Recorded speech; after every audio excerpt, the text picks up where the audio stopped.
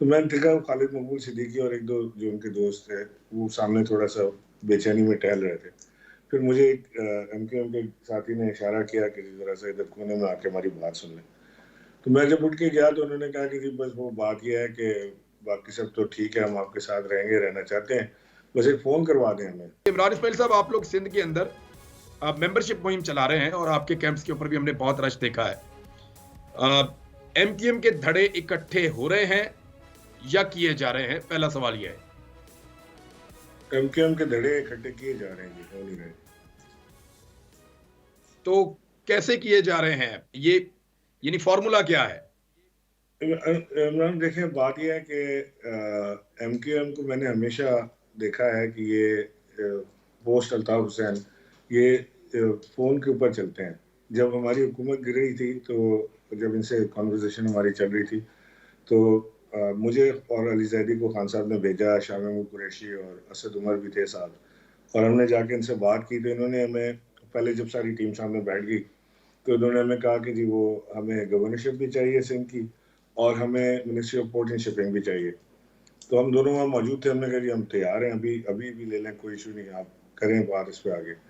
تو میں نے دیکھا خالد مقبول صدیقی اور ایک دو جو ان کے دوست تھے وہ سامنے تھوڑا سا بے چینی میں ٹہل رہے تھے. پھر مجھے ایک ایم کیو ایم کے ساتھی نے اشارہ کیا کہ ذرا سا ادھر کونے میں آ کے ہماری بات سن لیں. تو میں جب اٹھ کے گیا تو انہوں نے کہا کہ بس وہ بات یہ ہے کہ باقی سب تو ٹھیک ہے, ہم آپ کے ساتھ رہیں گے, رہنا چاہتے ہیں, بس ایک فون کروا دیں ہمیں. تو ہم نے کہا کہاں سے فون آپ کو کروا دیں, فون ہمارے پاس ہے کہاں.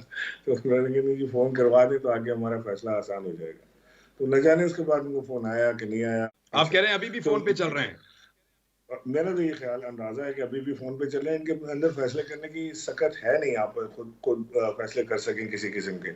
یہ جو مصطفیٰ کمال ہیں, یہ میرے پاس جب میں گورنر تھا میرے پاس کبھی کبھی ملاقات ہوتی تھی, آیا کرتے تھے. تو اس وقت بھی یہ اتنی گالیاں دیتے تھے ایم کیو ایم کو, کہتے تھے کہ پتنگ کا نشان ہی دہشت گردی کا نشان ہے, ہم تو اس نشان کو ہی دہشت گرد سمجھتے ہیں, ایم کیو ایم کا نام ہی دہشت گردی کا نام ہے, اور ہمارا تو سوال ہی نہیں پیدا ہوتا کہ ہم کبھی ان کے ساتھ بیٹھیں.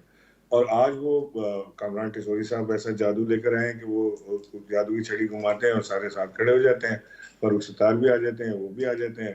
کامران ٹھسوری کی تو اپوائنٹمنٹ میں ایم کیو ایم کو حیرت تھی, ان کے ساتھیوں نے مجھے کہا کہ جی ہمیں تو سمجھ ہی نہیں آئی کہ ہوا کیا ہمارے ساتھ. ایڈمنسٹریٹر بھی ان کو نہ ملا کسی صورت, وہ کراچی کا ایڈمنسٹریٹر لینے گئے تھے, مہنگائی کے اوپر وہ ہمیں چھوڑ کے گئے تھے, وہ مہنگائی بھی ان سے قابو نہیں آیا, مہنگائی کا جن. تو ایم کیو ایم کی اگر ہم یہ سمجھ لیں ایک منٹ کے لیے کہ یہ سارے اکٹھے ہو بھی جاتے ہیں, فاروق ستار اور مصطفیٰ کمال اور یہ پریزیڈنٹ ایم کیو ایم, میں آپ کو یقین دلاتا ہوں کہ یہ ایک سیٹ بھی نہیں نکال سکتے مل کے ہمارے خلاف.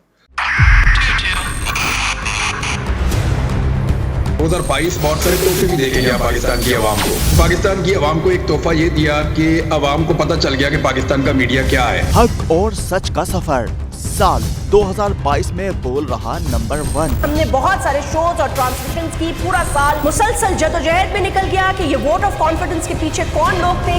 توڑے ریٹنگ کے سبھی ریکارڈ, سوشل میڈیا پر بھی سب سے زیادہ تیزی سے 2.4 بلین ویوز کا سنگ میل عبور کیا. اینکرز کو بھی عوام میں سب سے زیادہ مقبولیت ملی اور سوشل میڈیا پر بھی بول رہا سب پر بھاری. سبسکرائب کریں اور بیل دبائیں تاکہ کوئی خبر رہ نہ جائے.